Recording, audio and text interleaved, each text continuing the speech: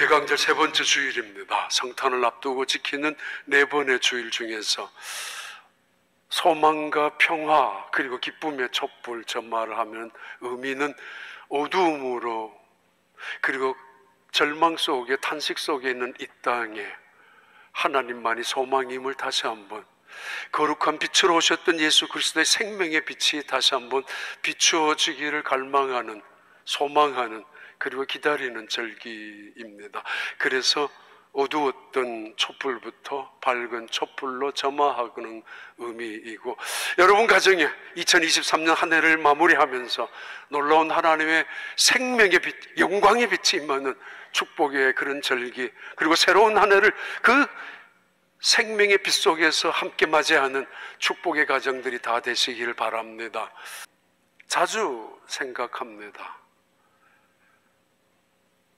주일날 오후면 허전할 때가 많거든요. 근데 자주 오늘 교회 왔던 분들이 다음 주 올까, 그런 마음이, 생각이 많이 있습니다. 왜냐하면 늘 아쉬움으로 끝나고 안타까움으로 끝나고 부족함으로, 뭔가 예배를 드리기 위해서 기대에 찬, 단순히 주일을 성수한다는 그 이상 의미만이 아니라 그 이상을 갖고 예배를 참석했는데 뭔가 아쉬움과 부족함 때문에 저분들 다음 주는 안 오겠다라는 생각이 많이 들 때가 많습니다. 또는 예배를 집례하는 입장에서, 예배를 이끌어가는, 섬기는 목사의 입장에서는 더더구나 죄스러운 마음이, 때로는 책임조차 없는, 사명감조차 없는 그런 자리로서 예배를 마치고 나면은 정말 참 많은 안타까움을 느낍니다. 이랬을 걸, 이런 말 하지 말 걸, 이렇게 할 걸, 뭐 여러 가지로 늘, 그래서 안 오겠구나, 이제는 다음 주는 한 분도 안 오겠구나. 아침에 그런 생각을 했습니다. 저희 집사람 외에는 안 올 것 같다고. 그런데 저희 집사람이 나도 안 와, 나도 안 간다고, 뭘 모른다고. 그런데도 늘 다시 오시고, 그러면서 또 1년이 지나갑니다. 다시 이 자리에 서고, 그러면서 1년이 어느덧 마무리되는 한 자리. 감사하다는 말씀이고, 그리고 죄송하다는 말이고, 진심으로 늘 안타까움으로 마치는 주일 예배에 뭔가 욕심을 부리고 있지만, 어떤 분들 목사님 제발 욕심 부리지 말고 괜찮다고 그러기도 하지만, 그래도 하여튼 감사합니다. 새로운 한 해도 여러분의 믿음의 자리, 무엇보다도 하나님이 동행하여 주시는 축복과 영광이 있는 은혜의 사람들, 믿음의 사람들이 되기를 바랍니다. 교회란 어떤 곳인가? 신학적인 대답을 할 수 있을 것입니다만, 단순한 이미지로 교회는 어떤 곳인가, 무엇으로 생각할 수 있을까? 혹은 하나님은 어떤 분인가? 이것도 신학적인 설명 말고 하나님을 어떤 분으로 이해할 수 있을까? 예수님은 누구인가? 그리고 십자가는 무엇인가? 이런 질문 속에 공통적인 한 가지 대답을 할 수 있는 것이 기독교입니다. 기독교란 하나의 대답을, 성경의 어떤 구절은 한 구절을 통해서 성경 전체를 해석할 수 있습니다. 해석해도 됩니다. 단순하고 이해가 쉽고 분명한 그런 해석이 할 때는 그 한 절을 통해서 성경 전체를 해석할 수 있습니다. 요한복음 3장 16절의 말씀이 그렇습니다. 하나님이 세상을 사랑하사 이처럼 사랑하사 독생자를 주셨으니 누구든지 저를 믿는 자마다 멸망치 않고 영생을 얻게 하려 하심이라.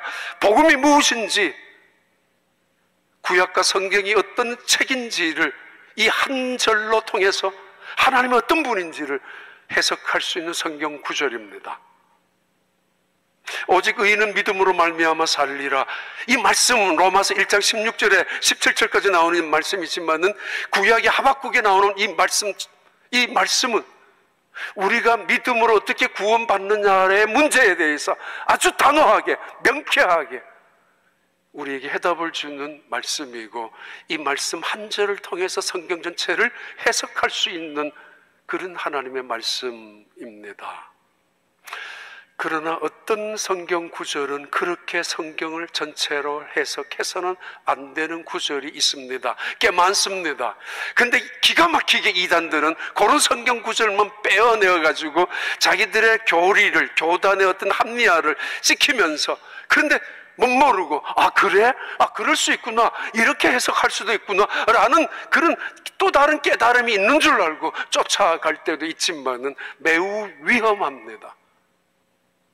분명하고 단순하고 확실한 성경 구절, 그 한 절이면은 성경 전체를 해석할 수 있는 구절은 있습니다.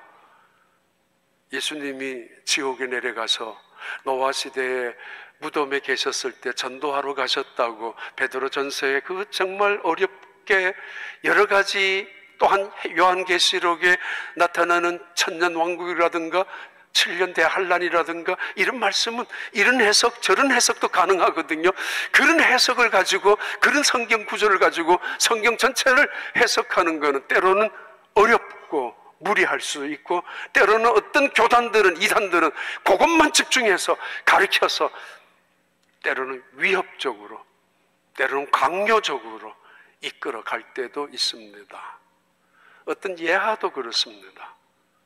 어떤 사건도 그렇습니다.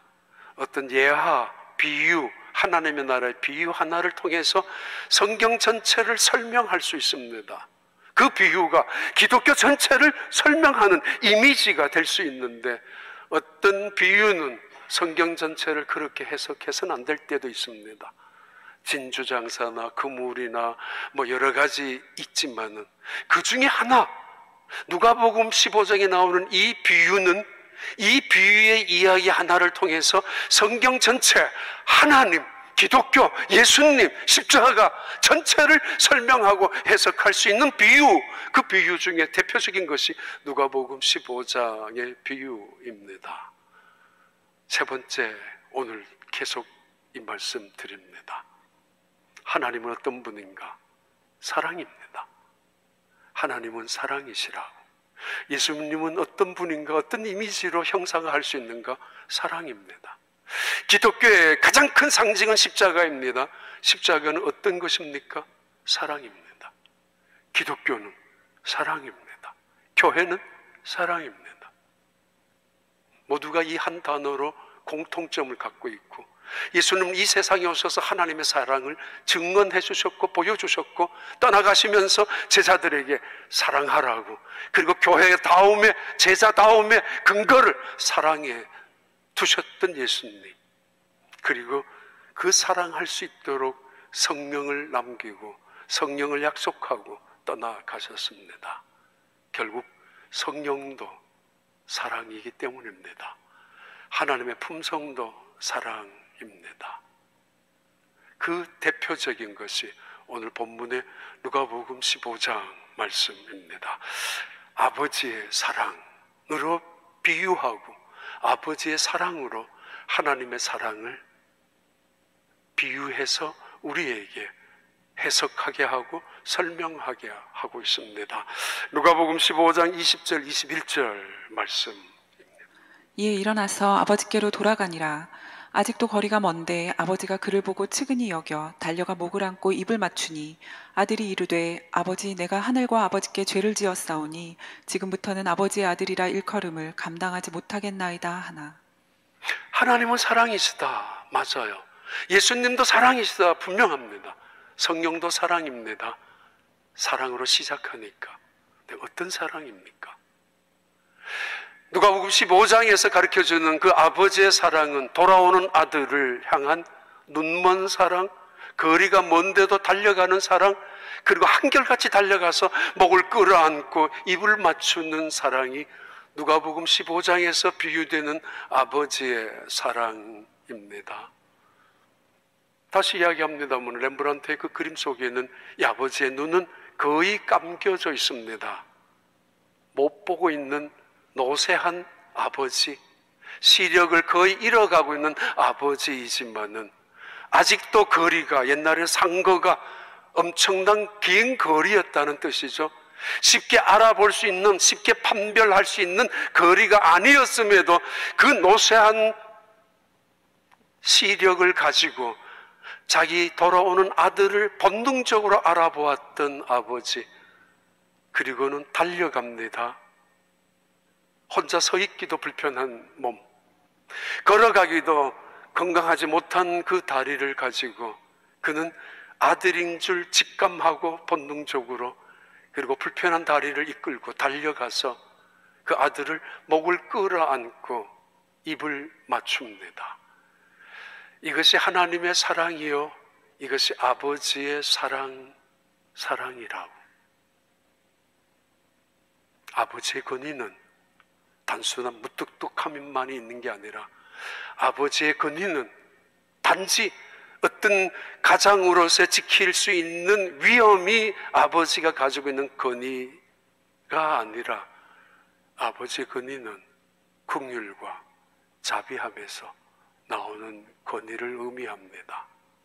더더구나 정통적인 중동 지역에서 이것은 매우 파격적이고, 이런 전통이 있어서는 안 되는, 그것도 아버지를 향하여 무례하게 가혹한 형벌처럼 일을 저지르고 떠나간 이 아들을, 그것도 금이 한양하는 아들이 아니라 거지 몰골로 돌아오는, 거드름을 피우고 떠났던 아들이지만은 비참한 채로 돌아오는 그 아들을 끌어안는 아버지의 모습,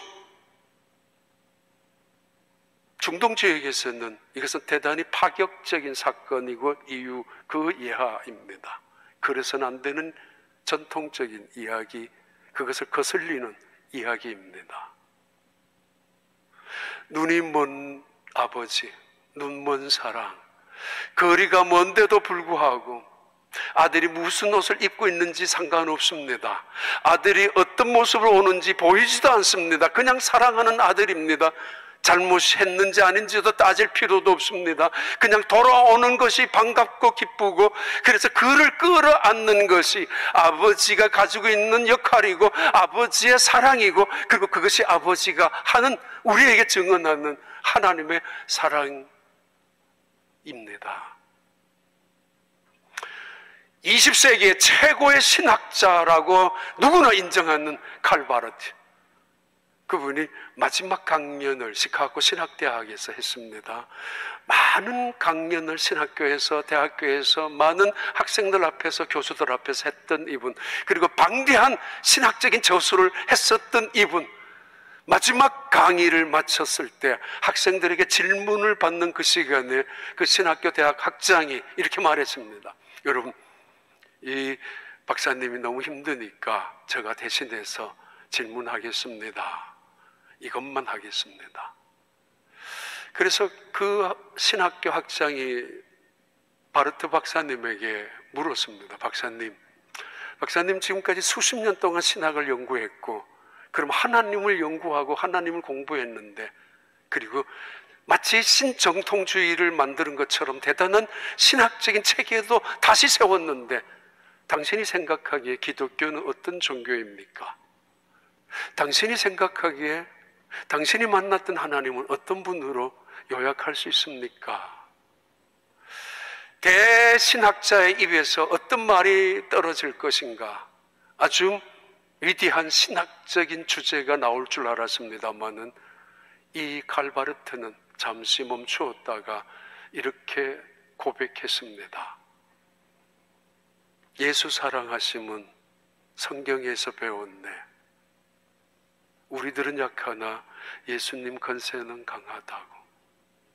찬송가, 옛날에는 어린아이들부터 누구나 다 아는, 선교사님들이라 하면은 어느 지역에 가도 아이들만 오면 어른들에게도 이 노래부터 가르치는 예수 사랑하심은, 나 이거 배웠다고. 그리고 성경에 있는 모든 지식은 이거 하나라고. 그리고 오늘 또 내가 만난 그 하나님은 나에게 이런 말씀을 하시고 계신다고. 넌 내 아들이고 내가 너를 사랑한다고. 우리 교회 여기 오기 전에 윌크레스 있었을 때에 지금도 목사님들 오시면은 정말 귀한 은혜의 말씀을 전달하시고 가시지만은 아주 오래전에 한 분 이 찬송을 하신 적이 있습니다. 예수 사랑하심은 거룩하신 말일세. 찬송을 하는데 다른 분들은 모르겠지만 저는 마음이 아주 뜨거웠었고 온몸에 전율이 느낄 만큼, 오싹할 만큼 그런 찬송을 그분 목사님이 했던, 그리고 함께 있었던 기억이 있습니다. 예수 사랑하심은 성경에서 배웠네. 우리들은 약하나 예수 권세 많도다. 예수 권세 강하다.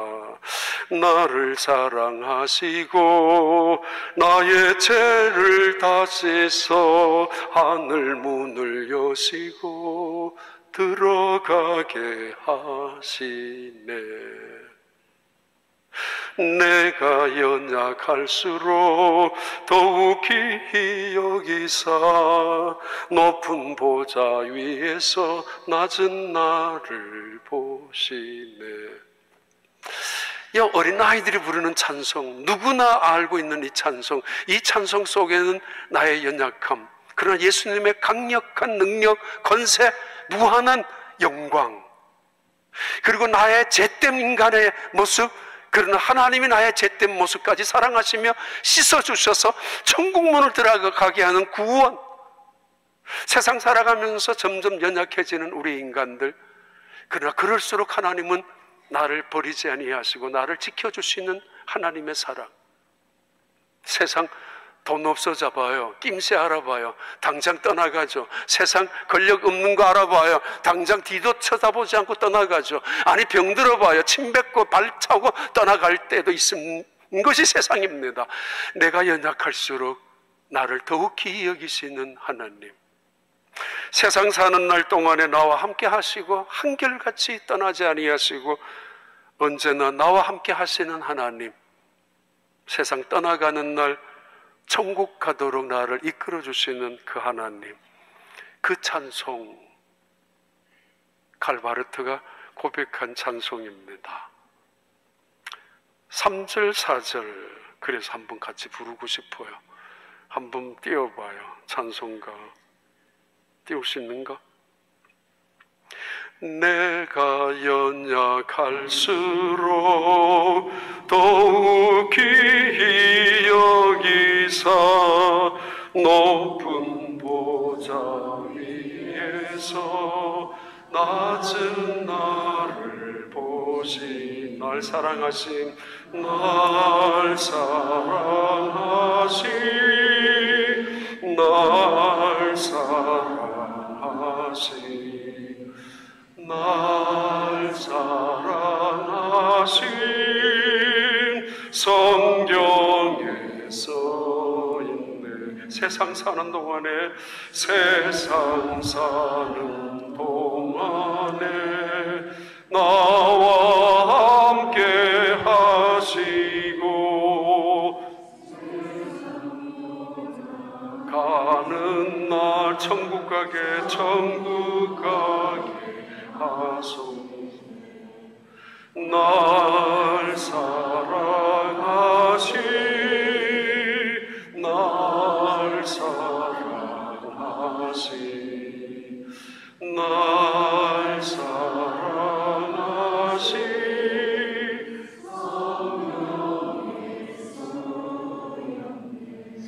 아버지의 사랑은 달려갑니다. 불편한 다리 속에도 바라보고 있습니다. 좋은 것만 멀리서도. 그리고는 측은히 여기는 마음, 긍휼히 여기는 마음, 그것이 아버지의 건이라고 그랬죠. 따지려고 하지 않습니다. 그리고 한 번쯤 평가를 할 수도 있지 않겠습니까? 그러나 미루는 것도 아니고 끝입니다. 이미 이 아들 배고픔 속에서, 굶주림 속에서 벌을 받았을 것이고, 추위 속에서 벌벌 떨면서 집 없는 신세도 누려봤을 것이고, 때로는 이런 사람 저런 사람들을 통해서 배신도 당하고 고통도 당하면서 무시와 멸시를 당했던 거, 그 정도면 됐으니까 내까지 왜, 벌 받았으면 됐지 뭐. 끌어안아주고 입을 맞추고 너는 내 아들이라고 그렇게 그렇게 영접하는 것, 최고의 영접이고 최대의 환영으로 그를 끌어안아서 집 안으로 데리고 들어갑니다. 집 안으로. 이것이 아버지의 첫 번째 사랑입니다. 로마서 5장 6절, 8절, 10절.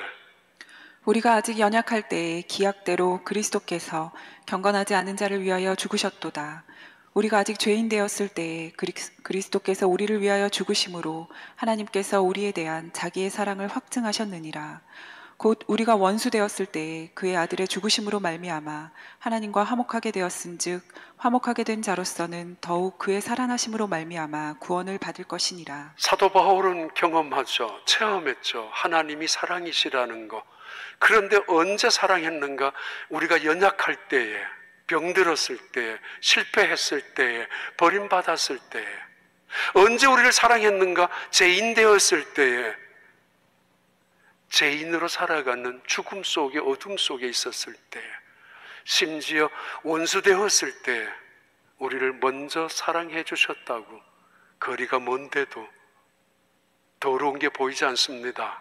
냄새조차 상관없습니다. 달려가서 끌어안았던, 그리고 그를 데리고 집으로 이끌어갔던 아버지의 사랑, 세상을 향하여 증언합니다. 이는 내 아들이라고. 지렁이 같은 야곱을 향하여 너는 내 아들이라고 말씀하셨던 하나님의 말씀입니다. 두 번째 말씀은 하나님의 사랑이죠. 누가복음 15장 22절 23절의 말씀입니다. 아버지는 종들에게 이르되 제일 좋은 옷을 내어다가 입히고 손에 가락지를 끼우고 발에 신을 신기라. 그리고 살찐 송아지를 끌어다가 잡으라. 우리가 먹고 즐기자. 아버지의 사랑, 눈먼 사랑이라고, 그렇죠? 천년의 사랑이라고 그렇게 참아오셨고, 그리고 피가 흘리는 피 흘림의 사랑이라고, 이것은 구약에 흐르는 하나님의 사랑이었고, 그리고 마침내 십자가 위에서 흘리셨던 하나님의 피였습니다. 하나님의 사랑이 우리에게 그렇게 증거되었다는 것인데, 15장 다시 한번 나타나는 아버지의 사랑은 이 아들을 새 옷을 입혀주십니다.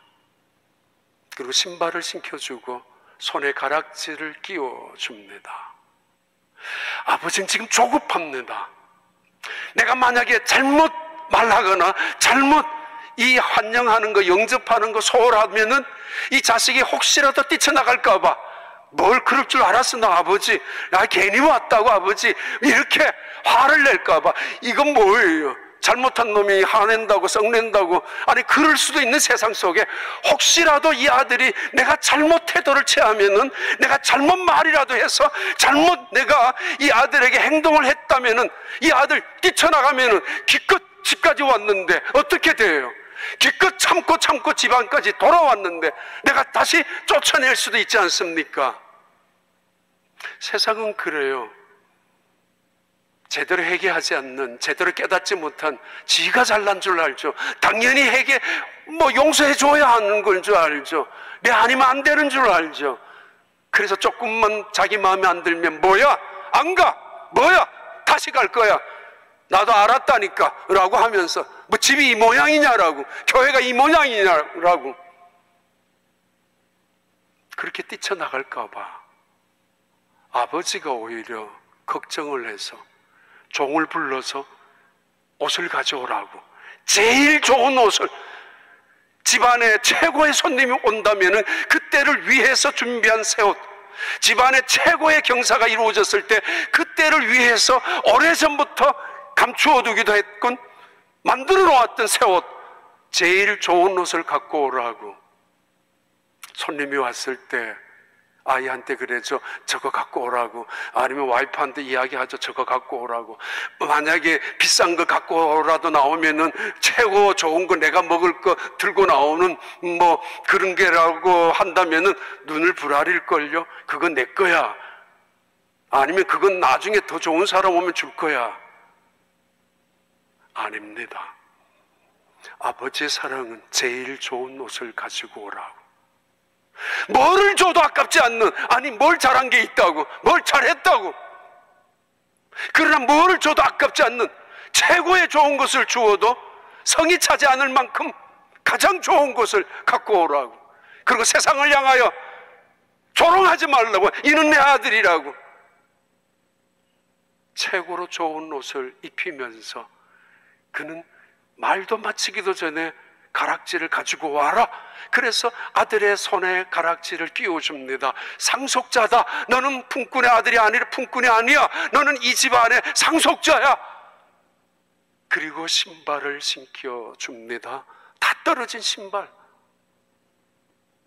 신발을 내려놓고 새 신발을. 너는 다시는 노예가 아니야. 내 아들이야 여전히. 아버지가 하고 있는 사랑의 모습입니다. 이 아들이 솔직히 염치가 있잖아요. 그래도 회개하려고 돌아오면서 각오했습니다. 어떤 비난도 각오할 것이고 어떤 말 들어도 나는 그래도 그런 잘못한 거 많으니까 뭘 큰 소리를 칠 수 있겠습니까? 그렇게 고개를 숙이고 그래도 한마디 해야 되지 않습니까? 아버지 제가 잘못했어요. 다시는 아버지 아들로서 자격도 없으니까 품꾼으로 삼아주세요. 그런 각오로 왔다니까요. 그런데 이 말을 못하도록 입을 막습니다. 그 말도 하기 전에 앞질러서 이 일을 합니다. 이 말 무릎을 꿇기도 전에 일으켜 세웁니다. 엉거주춤한 아들을 향하여 아버지가 지금 기뻐서 어쩔 줄 몰라, 기쁨에 푹 빠져서 어쩔 줄 몰라 합니다. 앞질러서 괜찮다니까, 말하지 말라니까, 내가 다 알아서 한다니까. 이런 사랑입니다. 한 주간 지켜봐야 되잖아요. 이놈의 말이 진짜인지 아닌지 경험해 봐야 되잖아요. 제대로 된 해결을 하고 있는지, 아니면 여전히 배가 고프니까 살려고 들어왔는지, 입만 갖고 있는지 한 달 한 번 두고 봐야 될 거 아닙니까? 아니면 동네 사람들 다 알아요. 잔치가 벌어진 거, 동네 사람들 나 같은 아들이 돌아왔다고 이것도 알아요. 살찐 송아지까지 잡았다고 이 소식도 소문도 삽시간에 퍼졌어요. 그 아버지가 뭐야? 그런 아버지가 어디 있어? 우리의 전통의 모든 관례를 깨트린다면 우리는 우리 앞으로 어떻게 한단 말이야? 뭐야? 아버지가 저래도 돼? 아들을 저 모양으로 잔치 영접해줘도 된단 말이야? 그럼에도 그는 다 해주지 못해서 아쉬워합니다. 마치 마리아가 예수님에게 옥합을 가지고 와서 깨트려서 최고의 향유를 쏟아부었던 것처럼. 무엇이 아까워요? 무엇을 남겨두고 무엇을 더 숨겨둘 필요가 있습니까? 그분이 나를 사랑하고 나의 죄를 씻어주고, 그분이 나를 자녀로 여겨주시고, 아니 그분이 내 곁에 다시 역사하시고 계시는데, 아니 아버지가 돌아온 그 자식 점수를 채점할 수 있죠. 등급을 매길 수 있죠. 세상은 그래요. 학교 점수 몇 점, 선생님들의 평가, 회사 능력의 평가, 고과 점수, 그래서 1등급, 2등급 다. 회사도 세상도 학교도 점수로, 등급으로 사람을 평가합니다. 그러나 하나님 아버지 집은 점수가 없습니다. 고가 평가가 없습니다. 그래서 연말 승진 그런 거 상관없습니다. 집을 나갔던 둘째 아들에 대한 아버지의 너무 지나친 환대 때문에 집 밖에 서 있는 이 아들은 아버지가 왜 저 아들을 저렇게 사랑하는가, 내보다 더 사랑한단 말인가, 저 못난 아들, 그 잘난 척하고 떠났던 아들, 그 몰골로 돌아온 아들을 아니 내보다도 더 귀하게 여겨준단 말인가, 이게 무슨 정의고 이게 무슨 공평이고 이게 무슨 의란 말인가. 분노하죠. 아버지는 그래서는 안 되는 것입니다. 그런데 어떻게 해요? 누가복음 15장에 성경 전체를 해석할 수 있는 이 비유 속에는 하나님은 이런 분이라고 등급을 매기고 성적을 채점하는 분이 아니라 하나님은 제일 좋은 것으로 언제나 준비하시고 계십니다. 다 기억하시겠지만 하나님은 나를 언제나 1등으로 가장 우선적으로 사랑하시고 대하고 계시지만은 우리는 하나님을 2등으로 3등으로 맹꼴찌로 여길 때가 많지 않습니까? 그럼에도 하나님은 여전히 우리를 이 세상에서 나밖에 사랑할 자가 없는 것처럼 사랑하시고 나 외에는 사랑할 수 없는 것처럼 사랑하시는 그분, 그렇죠. 우리는 그런 재주가 있어서도 안 되고 있을 수도 없지만은 하나님은 그런 능력이 있는 분입니다. 긍휼이 풍성하신 분입니다. 자비로우신 분입니다. 그것이 하나님의 권위이기 때문입니다. 그래서 마치 이 세상에 나밖에 없는 것처럼 사랑하시고 나 외에는 하나님의 자식이 없는 것처럼 위하시는 분이 하나님이십니다.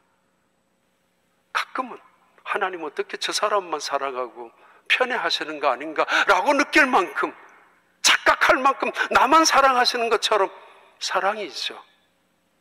그렇게 하나님은 하나씩 하나씩 사랑할 수 있는 분이 하나님이십니다. 집으로 돌아온 그 둘째 아들을 사랑하고 품어주고 새 것을 주었다고 맏아들을 사랑하지 않는 것은 결코 아닙니다. 넌 이 집의 건 다 네 거야. 네가 지금 잠깐 모르고 있는 것 같은데 아버지의 것은 다 네 것이라고. 뭘 아버지 거, 동생 거, 네 거 계산하면서 따지며 나눌 수 있느냐고. 다 네 거야. 로마서 8장 32절 35절의 말씀입니다. 자기 아들을 아끼지 아니하시고 우리 모든 사람을 위하여 내주시니까 어찌 그 아들과 함께 모든 것을 우리에게 주시지 아니하겠느냐. 누가 능히 하나님께서 택하신 자들을 고발하리요. 의롭다 하신 이는 하나님이시니 누가 정죄하리요. 죽으실 뿐 아니라 다시 살아나신 이는 그리스도 예수시니 그는 하나님 우편에 계신 자요 우리를 위하여 간구하시는 자시니라. 누가 우리를 그리스도의 사랑에서 끊으리요. 환난이나 공고나 박해나 기근이나 적신이나 위험이나 칼이랴. 그리스도의 사랑, 사도 바울은 이 사랑에 대해서 엄청난 개가 마치 핸델의 메시아의 할렐루야 곡이 울려 퍼지는 것처럼 고백하는 하나님 말씀입니다. 누가 우리를 그리스도의 사랑에서 끊을 수 있을 것이냐? 환난이나 공고나 핍박이나 박해나 위험이나 적이나 칼이나 그 어떤 것도 그리스도의 사랑에서 우리를 끊을 수 없다라고. 이 사랑이 어떤 사랑입니까? 자기 아들을 내어주신 하나님의 사랑을, 십자가의 아들을 버리시며 포기하면서까지 우리를 사랑하셨던 하나님의 사랑. 우리 어릴 때 제일 먼저 나왔던 찬양 복음성가들이 꽤 많아요. 그 옛날에 그럼 국민학교, 중학교, 고등학교 때 늘 불렀던, 뭐는 집회를 가도 자주 수련을 가더라 불렀던 찬양 중에 하나가 예수 이름으로 예수 이름으로, 또는 나 자유 얻었네 너 자유 얻었네. 대부분 흑인 연가에서부터 시작했다는 거 알죠? 나 자유 얻었네 너 자유 얻었네 우리 자유 얻었네 쇠사슬 끊겼네 우리 자유 얻었네 할렐루야 나 자유 얻었네. 원래 이 가사는 이렇게 시작했었다고 합니다. 나 신발 신었네 너 신발 신었네 우리 신발 신었네 쇠사슬 묶였던 게 풀어졌네 하나님 우리에게 신발을 주셨다고. 노예는 신발이 필요 없었기 때문입니다. 흑인으로 노예로 끌려와서 살았던 흑인들, 그들은 맨발로 살았던 노예였고 종이었습니다. 여전히 노예로 살았던 그들이었지만은 예수 믿고 하나님으로부터 은혜를 받고 너희가 하나님의 백성이라는 사실을 믿고 나서 그들은 자유를 얻었다라는 고백으로 찬양하기 시작했고, 그 찬양의 가사대로 우리는 누군가가 신발을 주지 않았다고 할지라도 하나님이 우리에게 새 신발을 주었다고, 그 뜨거운 찬양을 통하여 자유함을 얻은 기쁨을 감격으로 하나님을 노래했던 찬양의 가사였다고 합니다. 나 자유 얻었네 너 자유 얻었네 우리 자유 얻었네. 하나님께서 쇠사슬을 풀어주고 죄로부터 다시 건져주셨던 하나님의 엄청난 은혜를 경험하면서 마치 신발을 신은 것처럼 기쁨으로 하나님을 찬양하며 춤을 추면서 뛸 듯이 찬양했던 찬양이 이 찬양의 시작이었다고 합니다. 야, 제일 좋은 옷을 가지고 오라고. 숨겨두지 말고, 아깝게 생각하지 말고, 뭘 준들 아깝지 않겠느냐고, 아까운 게 있겠느냐고. 그리고 가락지를 끼우고 신발을 신기우는 이 자리, 아버지의 사랑을 말합니다. 밖에 나갔다가 돌아왔을 때 옛날에는 야, 아버지 오셨다 그러면은 가부장적인 의미가 아닙니다. 아버지 오셨어. 그래 모두가 인사하라는 말이죠. 말은 다 안 하지만은 아버지 수고했어요. 직장에서요, 사업장에서요, 뭐 이런저런 일들 만나면서요, 얼마나 힘들었지 않아요? 아버지 수고했어요. 그런 의미에서 아버지 오셨어요. 아버지 스스로도 문을 열고 들어가요. 아빠 왔어. 어떤 권위를 이야기하는 것이 아니라 따뜻한 말 한마디를 통하여 가정이 하나로 이루어지는, 가족 우애의 중심으로 이루어지는 단어죠. 아빠 왔다. 모두가 한 가정의 구심점이 되는 아버지. 아버진 됐어. 안 먹어도 돼. 거기 안 가봐도 돼. 나 동물원 구경했으니까 너는 갔다 와. 난 됐어. 나 이 나이에 뭐가 필요하니 너희들만 갔다 와. 난 됐어. 자식들의 행복을 위해서 희생할 줄 아는, 자식들을 위하여 헌신하는 아버지의 말입니다. 아버지는 됐어. 아버지, 그 귀한 살찐 송아지 내 것입니다. 그런데 그 집 나갔다가 돌아온 아들을 위하여 잡았던 아버지, 난 됐어. 그에게 주라고. 자기 아들을 십자가에 죽기까지 내어주신 그 이가 어찌 그 외에 그 모든 것들을 우리에게 아들까지 내어주셨던 하나님의 아버지의 그 사랑이 뭔들 못 주시겠습니까? 은사로, 선물로, 축복으로 우리에게. 우리는 그 하나님을 아버지라고 고백하고 있지 않습니까? 그리고 마지막에 누가복음 15장 24절 31절 말씀입니다. 이 내 아들은 죽었다가 다시 살아났으며 내가 잃었다가 다시 얻었노라 하니 그들이 즐거워하더라. 아버지가 이르되 예 너는 항상 나와 함께 있으니 내 것이 다 내 것이로되 이 내 동생은 죽었다가 살아났으며 내가 잃었다가 얻었기로 우리가 즐거워하고 기뻐하는 것이 마땅하다 하니라. 또 하나의 사랑, 또는 가장 큰 사랑, 아버지의 사랑은 잔치하는 사랑입니다. 누가복음 15장의 전체 비유는 적어도 3가지 이상으로 연결되는데 그때마다 공통점은 하나입니다.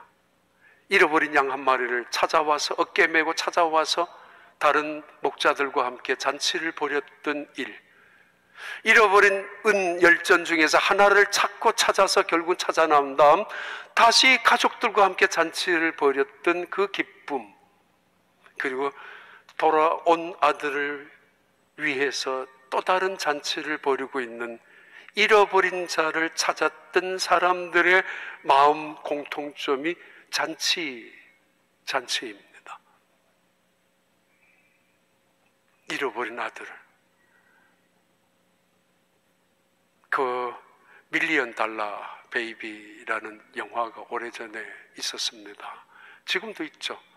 이 프랭키라는 클린트 이스트우드 복싱 코치입니다. 여기 있는 베이비 복서, 이분은 맥이라는 여자인데 31살이 돼서 이 복싱 도장에 찾아와서 나 복싱 배우고 싶다고. 근데 이 코치가 말했죠. 너 몇 살이야?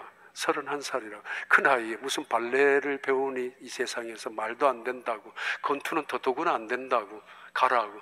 그러나 끊임없이 끈질기게 도장에 찾아와서 샌드백을 때리면서 훈련을 거듭했었던 이 맥이 식당에서 웨이트레스 일을 하면서 남겨둔 음식을 싸가지고 와서 집에서 먹고 살아가는, 그러면서 조금씩 돈을 모아서 글러브를 사고 운동하는 그 옷 복장을 사는 이 여자, 결국은 이 프랭키가 이 여자를 복싱을 훈련을 시키면서 싸움에서 링 위에서 이기게 됩니다. 점점점 이기게 되다가 돈을 모았던 돈을 가지고 어머니 가족들에게 집을 사주는데 엄마라는 사람이 와서 말합니다. 딸에게 매정하게, 야, 이 돈 있으면, 이 집 살 돈 있으면 나를 주지. 집 사면은 세금만 내지. 집 있으면은 정부로부터 혜택도 못 받아. 돈 바꿔줄 수 없니? 돈 좀 바꿔달라고 매몰차게 말하고 떠나갑니다.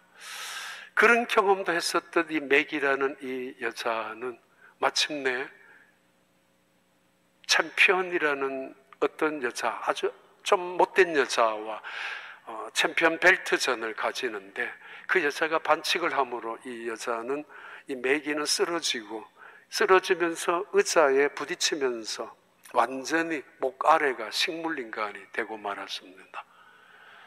끊임없이 이 보스라고 불리워지는 프랭키 이브는 건투 이기는 것보다 너 조심해 조심해 이렇게 말하고 있었지만, 결국은 다쳤던 이분 침상위에서 죽는 날만 기다리죠.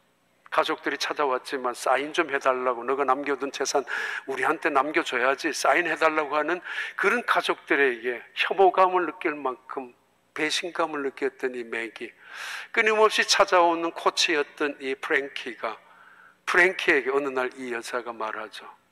보스에게, 코치 나 죽여달라고. 시간이 지나서 이미 다리 하나는 절단했습니다. 남아있는 가족들도 아무도 없습니다. 할 수 있는 것도 없습니다. 목 아래는 아무것도 움직일 수 없는 그런 완전한 식물처럼 누워있는 사람. 오랜 고민 끝에 이 프랭키는 신부하고 이야기도 하고, 그러다가 산소호흡기를 떼주고 주사약을 투입하면서 그 매기를 죽게 했습니다. 여러 가지 의미가 있는 이야기, 뭐가 안락사가 좋다라는 이야기가 아니라, 여기에서 중요한 거는 언제나 이 프랭키가 모큐수라라는 단어로 이 매기를 불렀습니다. 모큐수라라고 부르는 게일러라는 모큐수라. 그래도 안 나타나는. 넌 내 딸이야. 모큐르술레. 넌 내 딸이야. 코치가 매기를 보면서, 그리고 그 가운에 글씨를 적어주면서, 그리고 불렀던 그 단어가 넌 내 딸이야. 부모에게도 버림당하고 누구도 이 매기를 딸로 여기지 않고 친구조차 없었던 매기에게, 이 프랭키도 마찬가지입니다. 오래전부터 떠나간 딸에게 늘 편지를 적지만은 딸은 아버지가 싫어서 반송해버리고 말았는데, 돌아오는 편지를 이 프랭키는 박스에다가 하나하나 모아두죠. 그 마지막 어두움의 그 속에서 내레이션하는 흑인 코치 모리건 그분이 음성으로 나레이터가 나옵니다. 나레이션이 나오는데, 가족은 누구인가?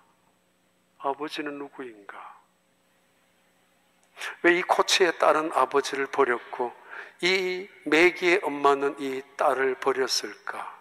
혈육이란 뭘까? 이 세상에 피보다 진한 게 어디 있어요? 그런데 피보다 진한 건 많습니다. 돈 말입니다. 싸우는 가정 꽤 많이 봤습니다. 신문에 뉴스도 많이 나옵니다. 아버지와 아들이, 아들과 형과 동생이, 어머니와 자식이 재산으로, 얼마 전까지만 하더라도 부부가 남편이 아내를, 아내가 남편을. 이보다 더 진한 거 하나 있습니다. 하나님이 우리를 자녀로 삼아주신 거, 하나님이 우리를 자녀로 여겨주시는 거. 지나간 이야기지만 조금만 빨리 하고 마치겠습니다. 김정현이라는 그분이 지은 책이, 아버지라는 책이 있어요. 지방대학을 나왔지만 공무원 시험을 치고 4급 국가공무원으로 일하다가 결국은 승진도 안 되고 여러 가지 어려움을 당하던 중에 결국은 병까지 얻었습니다. 그런 아버지의 못마땅한 딸 지원이, 그런 아버지를 무관심하게 바라본 아들 희원이, 두 남매가 아버지를 향해서 있는 그런 이야기, 그런 소설책인데, 어느 날 이 아버지가 자기가 아는 친구 의사한테 가서 진찰을 하고 다음날 가서 보는데 말을 잘 안 합니다. 결과를 말해달라고. 왜? 위암 정도면은 나 이길 수 있어. 끊어내면 되지. 이랬는데 한참 있다가 그 친구 남박사라는 사람이 이 정수에게 말합니다. 너 췌장암이야. 뭐? 췌장암이라고? 췌장이 뭔데? 듣지도 못했던 췌장. 췌장이란 위 뒤에 있는 거고 안 보이기도 하는 거지만은 이거 너무 많이 퍼져 있기 때문에 길어야 4개월, 5개월, 불과 3, 4개월만 살면 끝이야. 하늘이 무너지는 것 같이 이 정수라는 아버지는 그 친구로부터 그 이야기를 전달받습니다. 그때부터 방황하고 그때부터 더 많은 술을 먹기 시작합니다.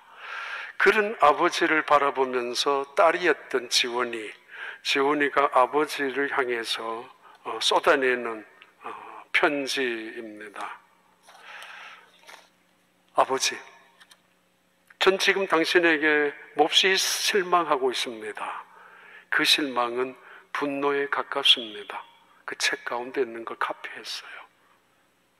사실 아버지는 그 딸을 위해서 서울대학교 영문학과 35명 정원, 그것만 꿈속에도 버스를 보더라도 기차를 타더라도 35명 안에 항상 35번 그것만 눈에 갖고 살아왔던 아버지인데, 그렇게 키워내는 딸이 아버지에게 하는 이야기입니다.